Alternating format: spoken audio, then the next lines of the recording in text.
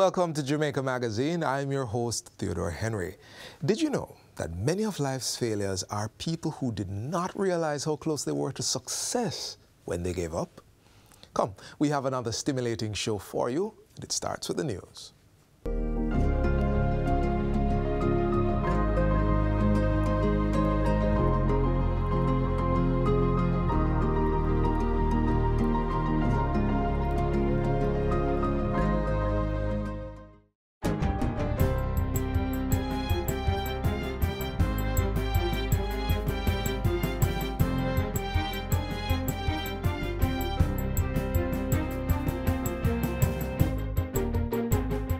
Good day, I'm Twyla Whelan, and this is your JS News for Monday, February 5, 2024. The Jamaican government has succeeded in its bid to have CARICOM extend the suspension of a common external tariff, CET, on the importation of lithium-ion batteries from outside the region. It is effective from February 2, 2024 to February 1, 2025 for a quantity of 240,000 lithium-ion batteries. The last suspension period ended December 31, 2023, meaning Jamaican companies importing lithium-ion batteries sourced outside the region would need to pay the tariff, making it substantially more expensive. However, the Jamaican government has been agitating for the CET suspension to be extended by another 2 years, as the quantities needed by Jamaica could not be sourced from within CARICOM member countries. The CARICOM Council for Trade and Economic Development, quoted, had initially denied Jamaica's bid based on a submission that a Barbados-based company was able to supply the quantity needed. But after subsequent bilateral consultations between Jamaica and Barbados, the CARICOM Secretariat has authorized the suspension of the CET. The Ministries of Industry, Energy, Finance and Foreign Affairs and Foreign Trade led Jamaica's lobby efforts.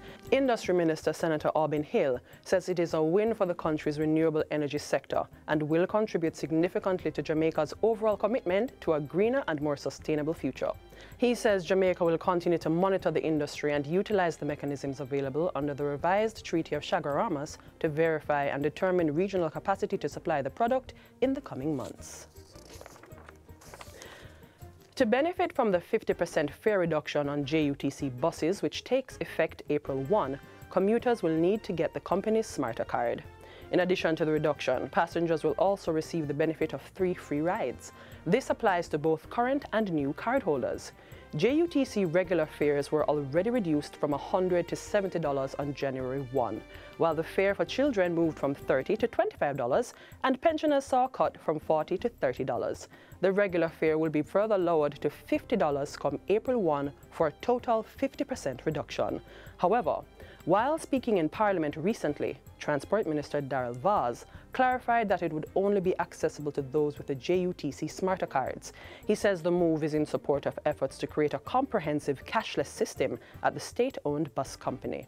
Minister Vaz contends that use of the Smarter cards will aid both efficiency and security on the buses. The current fare collection system uses a limited cashless component. However, this system is to be replaced by a comprehensive cashless system which will provide the requisite efficiency and revenue protection to cover the entire service and guard against difficulties posed by cash transactions and delays and pilferage. Jamaica's early warning system on drugs is now a reality. It was launched by the Ministry of Health and Wellness along with local stakeholders and international partners on February 2 at the Jamaica Pegasus Hotel in Kingston. The early warning system consists of a multidisciplinary interagency network of 15 organizations to support public health and security efforts at addressing the threat of substance use, particularly with respect to new psychoactive substances. Through this early warning system, the Jamaican government and the people will be better able to monitor and deliver alerts on changes in drug situations and develop rapid and effective responses. The early warning system will also have the capacity to inform on consumption patterns, adverse effects, and undisclosed events linked to drug consumption. The launch comes as Caribbean nations and countries across the world are faced with the challenge of a rapidly changing drug market and new psychoactive substances, such as Molly or ecstasy and psilocybin mushrooms. More than 100 countries and territories from all regions across the globe reported the presence of one or more such substances in their population. State Minister of National Security Juliet Cuthbert-Flynn says over 1,000 of these psychotropic substances have been reported up to December 2023. Jamaica is therefore very mindful that these new substances are already in our region, and we must be alert. We must be ready to tackle this problem head-on with proactive approaches. The Agriculture Ministry will be embarking on a strategy to preserve and improve the genetic potential of Jamaica's Hope Nucleus cattle breed. This is the island's most dominant dairy breed.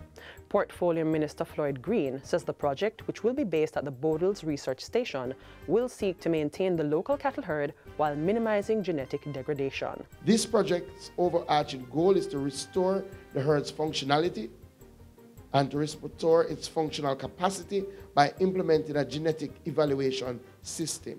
It includes increasing the frequency of desirable genes in cattle and improving milk yield, fertility, and environmental adaptability. The Jamaica Hope is among 4 cattle breeds suited to the local climate created by Dr. Thomas P. Leckie in 1951.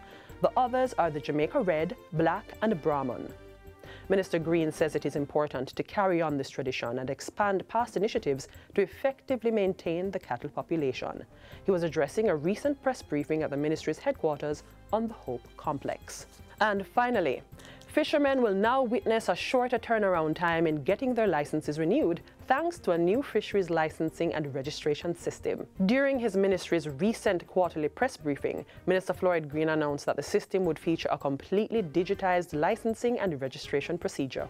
Now, it takes a fisher approximately 2 weeks from applying for the license to get their license renewed. Under this new process, we expect to be able to return licenses within a week, right? Because again, it's a new digitized process, and it will give our fishers the ability to apply from anywhere they are in Jamaica.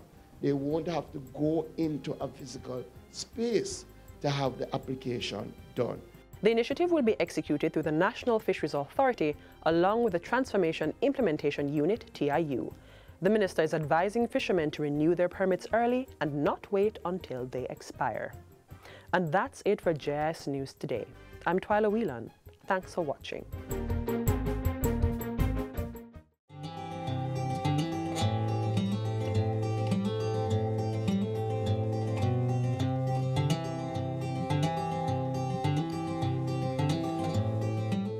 Meaningful employment in the tourism sector is the dream for individuals with a passion for the industry. If you are a young professional and you want to make your mark in the industry, here's how the Tourism Job Readiness Program can help you. It was a very good experience. It was a very comfortable environment. It was very interactive. It opened my mind to what to expect within the industry. I am Dereka Williamson. I was a participant of the Tourism Job Readiness Program.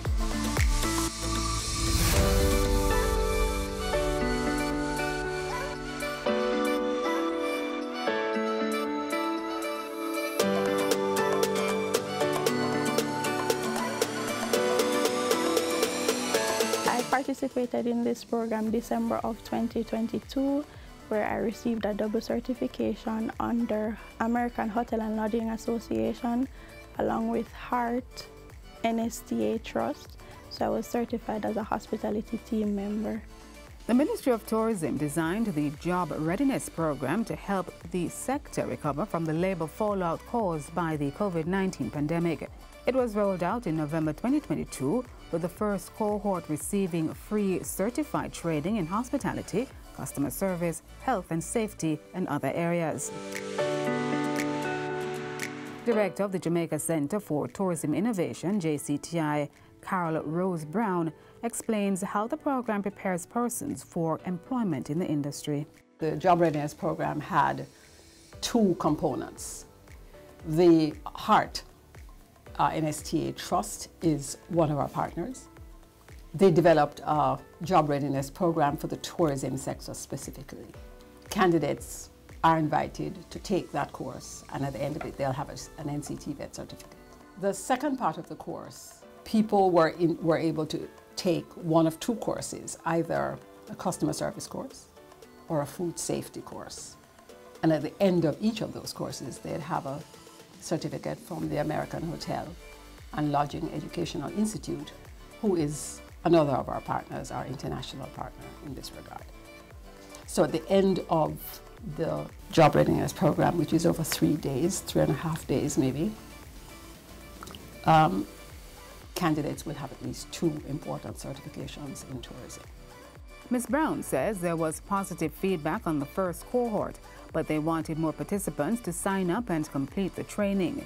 It's why the program is being revamped for the 2023-2024 financial year. We have commissioned a study of workers. This survey will include workers who have returned to the sector and persons who have not. We are attempting to understand something about what challenges, what obstacles potential employees see, and how they would want us to resolve, to react to treat these problems. That is one approach. Initiatives such as the Tourism Pension Plan and information sharing on the vast career pool in tourism are among several efforts used to assure Jamaica's long-term labor capital. Tourism has evolved from being a seasonal business where people work for a few weeks or a few months and were on furlough until the next season. Tourism is now a year-round business. It therefore provides people with a better kind of life. They have more consistent opportunities to earn consistent income through the year, proper working conditions. Our job is to help to see to it that Jamaica's employees are better off. Our goal, therefore, is to ensure that these employees are prepared with internationally benchmarked credentials and certification so that they can deliver the promise of quality service that Brand Jamaica is known for. The approach to reimagining the tourism labor market is one that Mr. Edmund Bartlett is leading through what's called TEAM, the Travel Employment Expansion Mandate. The very base of our consideration was how do we reimagine the labor market arrangement, create an ecosystem around employment that enables both the employer and the employee to get a balance that provides, one, security on both sides. Yep. But certainly, because tourism is known historically to be seasonal employment, the issue of tenure became very, very important. So we have to look at that. In anticipation of the new format of the Tourism Job Readiness Program, more is being done to change the approach to working in the industry. So that is the goal, to ensure that our workers have internationally benchmarked certification and are able to attract higher salaries, better terms and conditions of work, and a position of respect and regard. I'm looking forward for us not to be viewed only as a tourism island, but this is our culture. So it's not that we're doing it because of tourism, we're doing it because it's our culture. So I want the world to see us as that. We're just doing us. So yes, I do plan to take up advanced studies in the tourism field. I am currently pursuing a bachelor's degree in hospitality and tourism management. My career goal is not only to be established within the hospitality and tourism industry, but to eventually have a business that I own personally, to even provide more employment opportunities.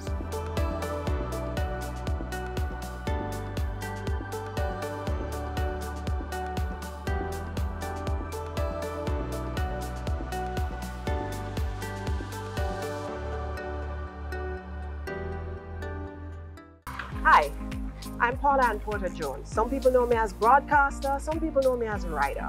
But right now, I want to talk to the writer then. Stop the foolishness. I mean, I get it. The speed, the hype, the excitement, the freedom. But at what cost? Is it really worth your life? Is it really worth the life of somebody else? Think about it and wear your helmet. A thriving city, town, and country is determined by strong communities. In this feature, we'll look at the actions taken by one entity to build successful communities in Jamaica.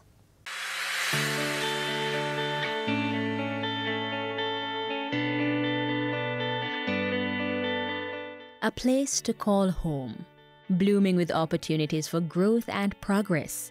The Integrated Community Development Project ICDP, implemented by the Jamaica Social Investment Fund JSIF and funded by a loan made available by the World Bank, has laid the foundation and has put in the work to create this environment in selected economically vulnerable and socially volatile communities in Jamaica. We've targeted 18 communities through the ICDP, and we believe that we've done a significant transformation in these communities. We engage the community-based organization. They become registered as a legal entity. They sign financing agreements to implement the projects. It allows communities and the residents to see that their leaders can be accountable, their leaders can be effective, and their leaders have the capacity to build their own future. The ICDP has played a major role in facilitating the cleanup and beautification of community communal spaces. Solid waste management was prioritized by the residents in the communities as one of those areas that need to be addressed in order to get true transformation of the communities. We have seen significant improvements in the cleanliness of the communities and sustainable disposal of waste, including burning and dumping in the gullies, has decreased significantly.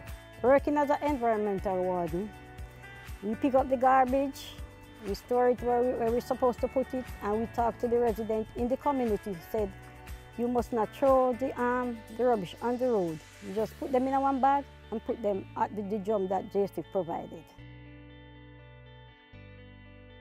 The Safe Passages, Safe Routes to School initiative seeks to improve public safety by providing safe passage to approximately 5,500 student commuters who travel daily along specific routes. When we came into the communities, we saw a number of issues. The students who were walking in the street, they were competing with different cars. There were a number of accidents along the route. And so we definitely knew that we needed to do an intervention here. It was really difficult because when cars were passing, we have to be walking over the bushes. For the Yorktown project, approximately 450 meters of guardrails were installed, approximately 450 meters of sidewalk was actually constructed. We also had road safety signs installed along the way, pedestrian crossings.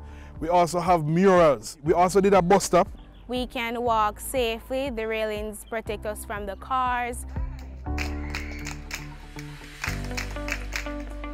The ICDP has strengthened the capacity of schools to deliver quality education and support services of the highest quality. We made sure that we were able to provide different kinds of manipulative learning aids, books, textbooks, 3D equipment. We partnered with the Ministry of Education, particularly the core curriculum unit, to ensure that the teachers received the requisite training that they needed. It was very good, very enlightening, and I was able to bring across that training to the subject areas that I teach. It has helped us so much in the classroom.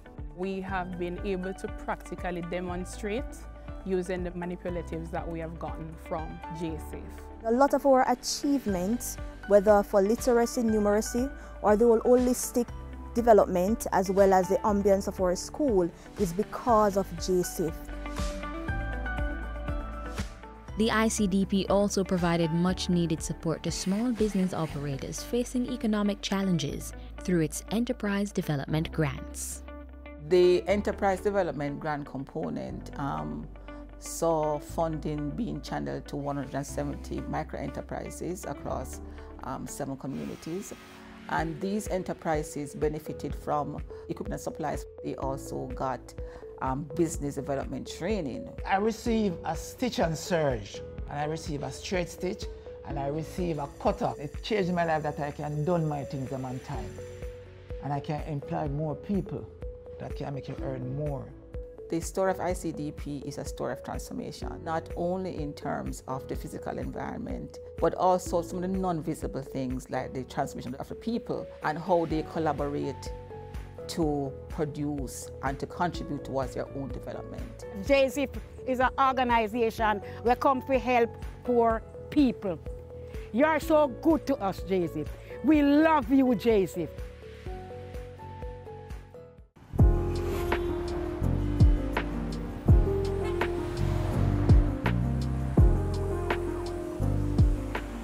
All motorists, pedestrians, private and public operators, motorcyclists, it is important for us to drive defensively.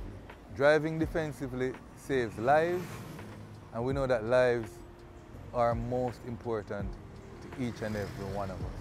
It is important also to be trained and certified as a defensive driver, for it increases the likelihood that you'll prevent collisions on our roadways.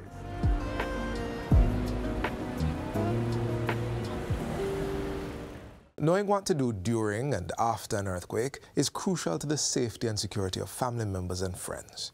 If you don't know what to do, or you need a reminder, here are some earthquake safety tips. When an earthquake strikes, it can cause disruption of electricity and communications, infrastructural damage, serious injuries and fatalities, as well as lingering emotional trauma. Because an earthquake can strike at any time without warning, on today's program we share safety tips for you to keep in mind.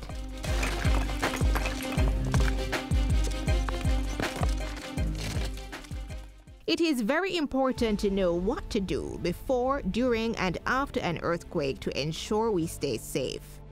Before an earthquake occurs, an emergency response plan should be in place, which should be understood by all occupants of a building or institution. It's also important to select safety wardens to manage the movement of personnel inside and outside of a building and to check the building before re-entry. Safety wardens should also conduct periodic earthquake drills to ensure everyone is clear about what to do when a disaster takes place. Another tip is to identify safe spots at home, work, and frequently visited locations.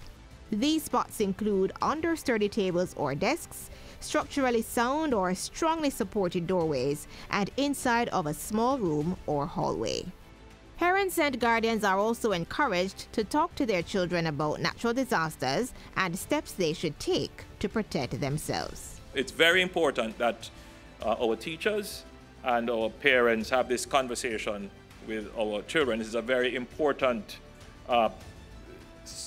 practice that we should develop in our children.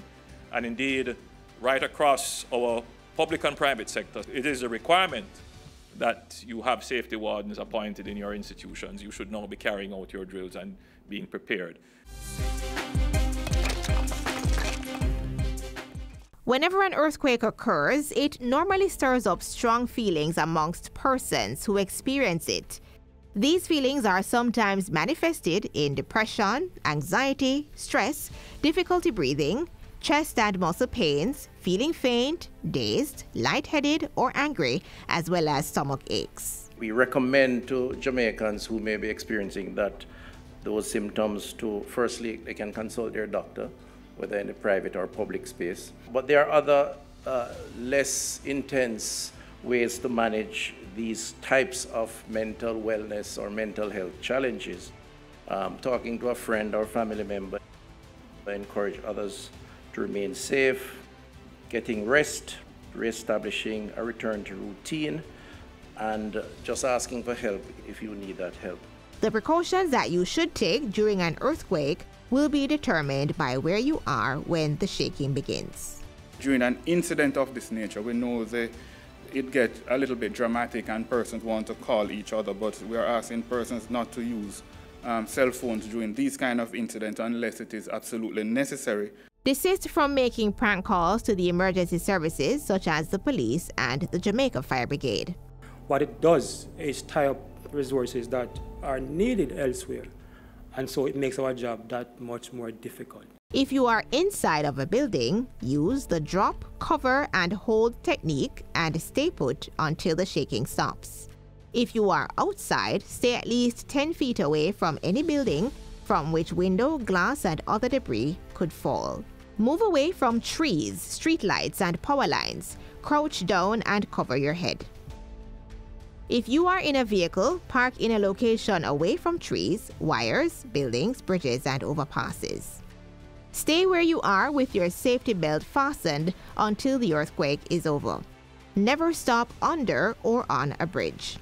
Be patient, be courteous, obey road traffic regulations, follow the directions of the police, yield immediately to emergency vehicles, and do not block intersections. After the earthquake, exit buildings by using the stairs and not elevators.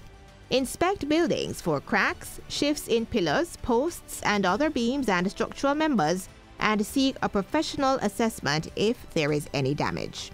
And also to ensure that you're checking for leaks, especially gas leaks, if you have gas lines running through your homes. For more information about what to do before, during, and after an earthquake, visit the ODPEM's website at odpem.org.jm.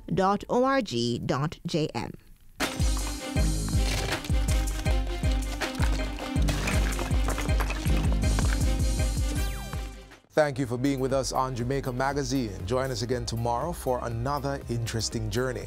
Of course, you can visit our website, jis.gov.jm, for more news you can use. On behalf of the entire team, I'm Theodore Henry.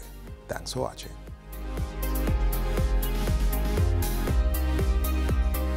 This has been a production of the Jamaica Information Service, the voice of Jamaica.